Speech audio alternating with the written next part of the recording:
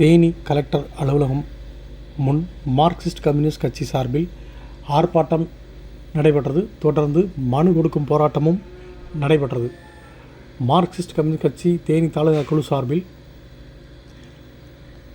8ஆம் தேதி பகல் 12 மணி அளவில் தேனி கலெக்டர் அலுவலகம் முன் தேனி தாலுகா குழு மார்க்சிஸ்ட் கம்யூனிஸ்ட் கட்சி தாலுகா செயலாளர் தர்மர் தலைமையில் பல்வேறு கோரிக்கைகளை வலியுறுத்தி ஆர்ப்பாட்டம் நடந்தது. ஆர்ப்பாட்டத்தை தொடர்ந்து மாவட்ட ஆட்சியரிடம் மனு கொடுக்கும் போராட்டமும் நடந்தது.